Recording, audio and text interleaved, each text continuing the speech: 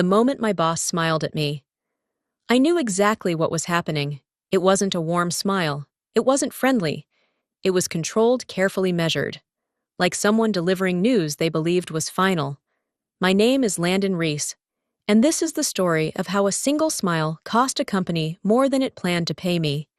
18 months earlier, I had been sitting in a glass conference room at Etheron Systems, listening to CEO Julian Mercer talk about vision, not the vague kind executives repeat at conferences, but the kind backed by numbers, contracts, and timelines. Etheron was building enterprise automation infrastructure that touched nearly every department their clients had. Quiet systems, expensive systems, the kind nobody noticed until they failed. They wanted me to design and stabilize those systems. The offer was generous on paper, a competitive salary, performance incentives, and a deferred bonus tied to a liquidity event the board was already planning for. But I'd been in this industry long enough to know that timing mattered more than titles. So I negotiated one clause. If I was terminated for any reason other than proven misconduct within 12 months of a liquidity event, my deferred compensation would vest immediately capped at $8.5 million. Julian paused when he read it. So did their legal director. Then they signed. I stayed. I worked. I rebuilt fragile workflows that investors never saw. I prevented failures that would have cost the company millions without ever making the headlines. And exactly one day before my bonus was scheduled to vest, Julian asked me to come to his office. He didn't raise his voice. He didn't look uncomfortable. He smiled. "Landon," he said, folding his hands neatly on the desk. "We're going in a different direction." I didn't interrupt him. I didn't argue. I simply listened as he explained restructuring, alignment, future needs, every phrase delivered smoothly, like something he'd practiced. When he finished, I nodded once. "Understood," I said. He looked surprised by how calm I was. What Julian didn't realize, what that smile betrayed, was that the decision had already been accounted for. Not emotionally, contractually. And as I stood up to leave his office, I knew something he didn't yet understand. The most expensive part of that meeting hadn't happened yet. How did that moment make you feel, that quiet smile? The calm voice, sometimes those hurt more than shouting ever could. If this story brings something up for you, do yourself a favor tonight, write down one boundary you wish you'd set earlier, even if no one else ever reads it. Let me know where you're listening from right now, and if you want to stay with me through what happened next. Go ahead and subscribe, because this is where the real consequences begin. Most people think value is loud. Big presentations, public wins, titles printed on glass doors. That wasn't my role at Etheron. My work lived underneath everything else, quiet, structural, invisible when it functioned correctly. I was responsible for systems that never appeared on investor slides, but sat behind revenue forecasts, compliance reports, and operational guarantees the board casually promised during earnings calls. When something broke, it wouldn't be dramatic, it would be catastrophic. So I built redundancies no one asked for. I rewrote internal workflows that had grown messy through years of rushed growth. I documented edge cases most teams pretended didn't exist. I created fail-safes for decisions executives made emotionally but justified later with numbers. And for 18 months, nothing failed. That success had a side effect no one warned me about. People stopped noticing. During quarterly reviews, my name rarely came up. When it did, it was brief, systems stable, no incidents, risk profile improved, clean lines on clean charts, no applause required. I was fine with that. I'd learned early in my career that the absence of noise usually meant someone was doing their job exceptionally well. But slowly, the rooms changed. Meetings I'd always attended started happening without me. Calendars shifted at the last minute. Conversations stopped when I walked past glass walls that used to stay open. I didn't confront anyone. I didn't need to. Patterns speak louder than explanations. Julian stopped asking questions. When he did speak to me, it was formal, polite, distant, transactional. The legal director began routing documentation through a different chain. And once, just once, I noticed a draft memo referencing my framework with someone else's name attached. That was when I checked my contract again. Not because I was worried, because I wanted to confirm something I already suspected. The clause was still there, unchanged, signed, dated, countersigned by the board, exactly as written. I kept doing my job. I closed the last vulnerability review. I finalized the transition documents for the upcoming liquidity event. I prepared contingency files no one requested, but everyone would need if things went sideways. Then came the calendar invite. No subject line, no agenda, just Julian's name and 15 minutes blocked off the day before my bonus was scheduled to vest. I didn't feel panic. I felt confirmation. That night, I didn't rehearse arguments. I didn't prepare defenses. I organized files, backed up records, and made sure every version of my agreement existed in more than one place. When people think they're about to remove you, they rush. When you know you're protected, you let them. Because the mistake isn't the termination, it's believing the story ends there. Julian was already seated when I walked in. His office looked the same as always: minimalist, expensive, intentionally neutral. No personal photos, no clutter. The kind of space designed to feel authoritative without saying anything at all. He gestured toward the chair across from him. "Thank you for coming in on short notice," he said. I sat.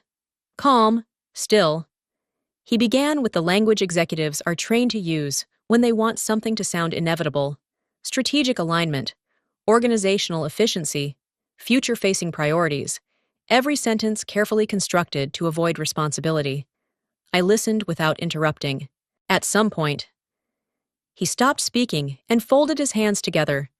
"That was the signal. Effective immediately," Julian said. "We're terminating your position at Etheron Systems." He watched my face closely, as if expecting anger, disbelief, or negotiation. I gave him none of that. "I understand," I said. That caught him off guard. "There will be a severance package," he continued quickly. "Recovering. HR will follow up. Your access will be revoked by end of day." "Of course," I replied. He hesitated. "You're taking this very professionally." "I've always been professional," I said. Julian nodded, visibly relieved. In his mind, this was going better than expected. Clean, quiet, no scene, no complications. What he didn't realize was that the most important part of this meeting hadn't happened yet. It happened when he slid a single document across the desk. The termination letter. I glanced at it, not to read it, just to confirm the date and wording. Then I stood. "If that's all," I said, "I'll let you get back to your day." Julian blinked. "That's it?" "Yes." He stood as well, extending his hand. "I want you to know this wasn't personal." I shook his hand briefly. "It never is." I left his office without stopping at my desk, without saying goodbye, without packing anything that mattered. In the elevator, my phone buzzed. Access revoked, email disabled, calendar cleared. Efficient. By the time I reached the parking garage, I was already opening my laptop. Not to plead, not to argue, not to warn. I sent 3 messages. The first went to my attorney. The second went to the board's external counsel. The third went to the acquiring firm's compliance team, the one department Julian had assumed would never need to hear my name. I didn't write much. I didn't need to. All I attached was the contract, and one sentence. This termination occurred less than 24 hours before a scheduled liquidity vesting event. Please review Section 7. Then I closed the laptop and drove home. Behind me, Etheron Systems continued its day, unaware that the clock they thought had stopped was just beginning to tick. If you leave here, you will miss the most important thing. The first response came faster than I expected. It wasn't emotional. It wasn't dramatic. It was procedural. An email from my attorney arrived less than 30 minutes after I sent the contract. Short subject line. One question in bold. Did this termination occur within 12 months of a liquidity event? I replied with the date. The time. The calendar invite Julian had sent. No commentary. The second response took longer. The board's external counsel asked for clarification, then for confirmation, then for a copy of the countersigned agreement, including all exhibits and amendments. I sent everything. Still no phone calls, no raised voices, no panic.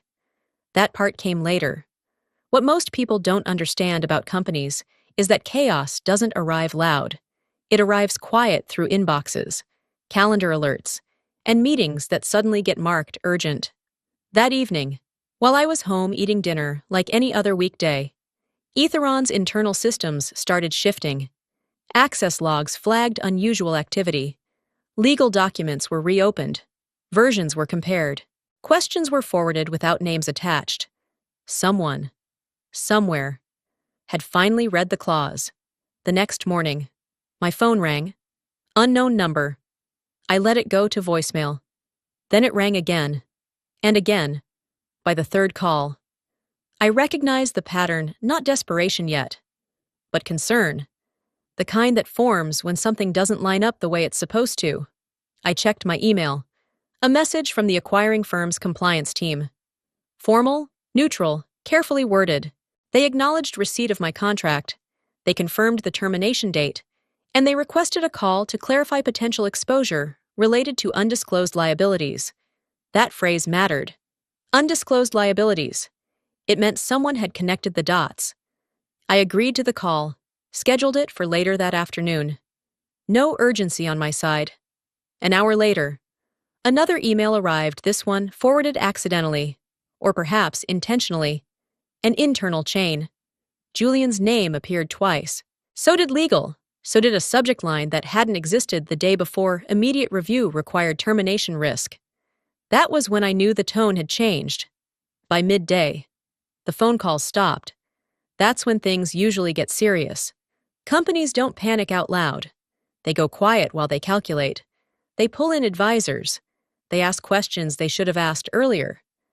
They start realizing that decisions made for convenience don't disappear just because they were delivered politely. I didn't celebrate. I didn't feel vindicated. I felt the same calm I'd felt in Julian's office, because this wasn't about revenge. It was about sequence. They'd made a move. Now the system was responding. And systems, when built correctly, don't care who's smiling. The call began exactly on time. No small talk, no pleasantries. Just a clean connection and a voice that sounded trained to stay neutral under pressure. "This is compliance," she said. "Thank you for making yourself available."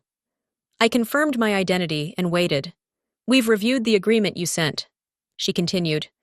"Specifically, Section 7, Subsection C." I didn't respond. Silence. When used correctly, invites precision. "Your termination occurred less than 24 hours before a scheduled liquidity event," she said, "and the clause you negotiated appears to trigger immediate vesting." "That's correct," I replied. Another pause. Papers moving. A keyboard in the background. "Our concern," she said carefully, "is that this obligation was not disclosed during diligence as a potential material liability." I could hear it now, not anger, not fear, but recalculation. "That's my understanding as well," I said. The clause was countersigned by the board and incorporated into the final employment agreement, and capped at $8.5 million, she added. "Yes." The line went quiet again. Longer this time. When she spoke, her tone had shifted. Less formal, more direct. "If this obligation stands," she said, "it alters the acquisition structure, at minimum. It requires immediate remediation. I'm open to resolving it cleanly," I said. "I don't have an interest in delaying the transaction." "That's good to hear." She exhaled softly. "Because at the moment, the transaction is paused." I didn't react. "Paused pending clarification," she added quickly, "but paused nonetheless." That single word carried weight. Paused meant meetings had been canceled, documents locked, advisors pulled back into rooms they thought they were done with. It meant timelines were no longer assumptions. "Has Etheron's leadership been informed?" I asked. "Yes," she said, "within minutes of our review." I pictured it clearly, Julian's calendar clearing, legal scrambling, the board realizing something expensive had been handled casually. There's one more issue, she continued. Your clause includes a timing protection that extends beyond termination penalties if payment is delayed. That's also correct. She sighed. You wrote this very carefully. I did. Another silence. Then, what are you seeking? Exactly, she asked. Not defensively, not challengingly, practically. I'm seeking what the contract specifies, I said. Nothing more. And if that happens, she asked, then I'm prepared to sign whatever confirmations are necessary to remove this as a closing obstacle. That was the moment the conversation shifted from legal to financial. I'll need to escalate this, she said. But I want to be clear, you have leverage. I understand. And so does time, she added. Every day this remains unresolved carries cost. I'm aware. We ended the call professionally. No promises, no threats, just a shared understanding that something intended to be small had become structural. I closed my laptop and looked out the window. Somewhere across the city, an acquisition team was recalculating numbers they thought were settled, and Julian was learning the difference between terminating a role and triggering a mechanism. The next part is only understood by the truly observant. Don't miss it. The first call from Etheron came that evening. Private number, then another, then a text message that didn't say much, but said enough. Let's talk. We can resolve this. I didn't reply. When companies say resolve, they usually mean reduce damage, not honor agreements. The next morning, my attorney called. They're nervous, she said. Legal is scrambling. Board members are asking questions no one prepared answers for. That tracked. By noon, the calls changed tone. Julian didn't reach out himself, not yet. Instead, it was their head of legal operations. Calm voice. Professional. Overly polite. We think there's been a misunderstanding, she said. The intent of the clause. The intent is irrelevant, my attorney replied before I could. The language is explicit. A pause. Well? The woman continued carefully. Perhaps we can discuss an alternative resolution, something mutually beneficial. That was mistake number one. They assumed this was a negotiation born from emotion. It wasn't. By mid-afternoon, a written offer arrived. Severance enhancement, accelerated partial vesting, a confidentiality agreement drafted aggressively enough to suggest fear. The number sat well below the contractual cap. I read it once, then forwarded it to my attorney without comment. Her response came quickly. They're testing you, she wrote. If you counter, they'll know you're flexible. I didn't counter. Silence. Again. Did the work. An hour later, another email arrived, this one marked urgent. The tone had shifted. They acknowledged the clause. They acknowledged the timing. They acknowledged that the acquiring firm had raised concerns. But they proposed delayed payment, structured disbursement, milestone-based release. Language that quietly violated the contract in 3 different places. Mistake number 2. They were trying to buy time. Time, however, was the one thing they didn't control anymore. That evening, my phone rang again. This time, I answered. Landon, Julian said. His voice sounded different, less composed, still controlled but stretched. We need to be practical, he said. Dragging this out hurts everyone. I agree, I replied. Then let's find a solution that keeps the transaction intact. The solution is already written, I said. You signed it. He exhaled sharply. You know that paying this immediately creates complications. Yes, I said. For you. Another silence. What do you want? He asked finally. I want what the contract requires, I said. Paid on time, in full. And if we don't, I didn't answer right away. If you don't, I said calmly, this becomes the most expensive delay your investors didn't see coming. He didn't respond. The line went dead. I didn't feel victorious. I felt something quieter. They had moved from confidence to negotiation to concern, and there was only one step left. The meeting happened without me, That was the first sign it had already gone badly. I learned about it later from my attorney, from the compliance lead, from the pauses that suddenly appeared in conversations that had once been smooth. Etheron's board convened an emergency session with external counsel and the acquiring firm's legal team. No agenda was circulated, no minutes were promised, only one topic mattered: my contract. They started, I was told, by walking through the termination timeline: dates, times, signatures, each step confirmed by someone who had assumed, until that moment, that the details were harmless.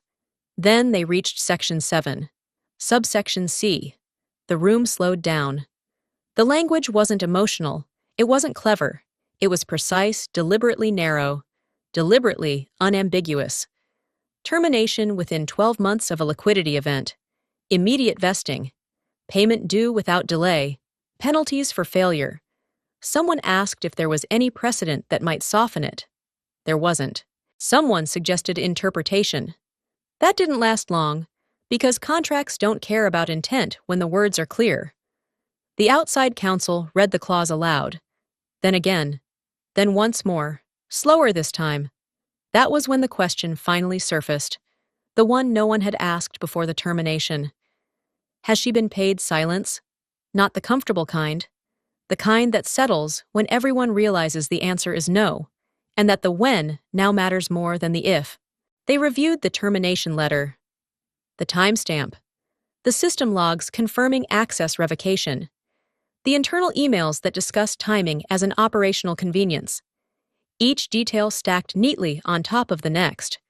What had looked like efficiency now looked like evidence. The acquiring firm's counsel didn't raise his voice. He didn't accuse. He simply outlined consequences: undisclosed material liability, transaction risk, grounds for delay or renegotiation. And suddenly, the number everyone had tried not to say out loud appeared on the table: $8.5 million, plus penalties, plus legal fees, plus reputational exposure. That was when panic finally broke through the professionalism. Someone asked how this had been missed. Someone else asked who had reviewed the contract during diligence. Names were exchanged, responsibilities reassigned in real time. But there was no undoing the sequence. The question, has she been paid, echoed, because it had a follow-up no one wanted. What happens if she hasn't? By the time I received the first formal message from the board, the tone had changed completely. No bargaining, no reinterpretation, no delay. Just one sentence: we would like to resolve this immediately. I read it once, then forwarded it to my attorney. Because when a room full of lawyers finally agrees on urgency, it's not because they've found a way out. It's because they've realized there isn't one. You will want to stay until the end to hear this part. The call came early the next morning. Not from Julian, not from legal operations, not even from the board. It came from the acquiring firm. Her voice was steady, efficient, and noticeably calmer than it had been the day before. We'd like to resolve this today, she said, cleanly. I didn't answer right away. Not to create drama, just to let the moment settle.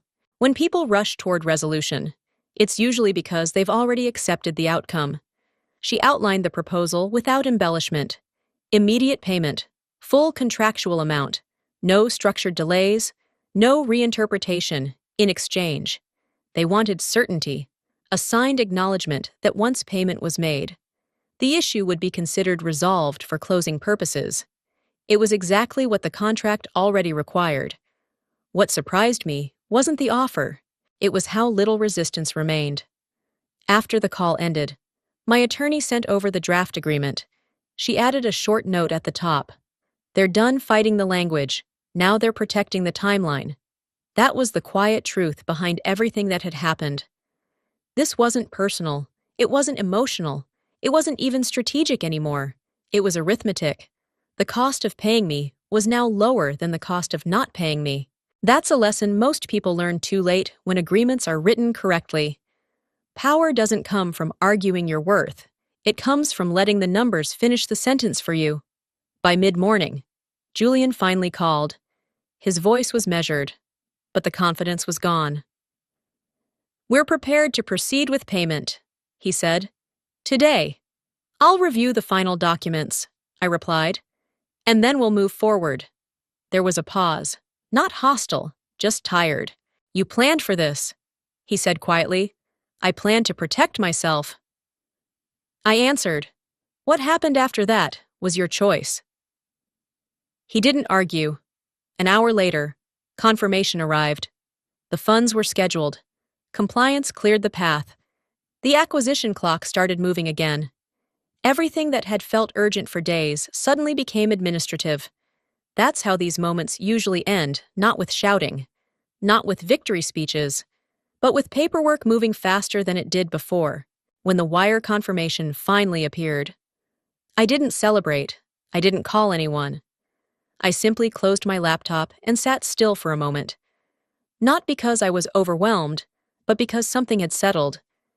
I'd seen the full arc now, from confidence to dismissal, to recalculation, to quiet acceptance. And the smallest lesson hidden inside all of it was this: if you rely on goodwill, you're asking for permission. If you rely on preparation, you're setting terms. By the time the company understood that difference, the decision was already irreversible, and the story wasn't over yet. The transaction closed on schedule. From the outside, everything looked intact. Press releases went out on time. Executives smiled in carefully staged photos. Analysts used the same words they always did: strategic alignment, strong fundamentals, long-term value. But inside Etheron, nothing felt the same.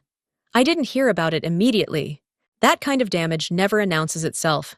It leaks through tone, through absences, through small decisions that don't get explained.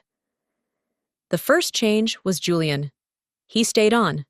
Officially. Transition period. Advisory role.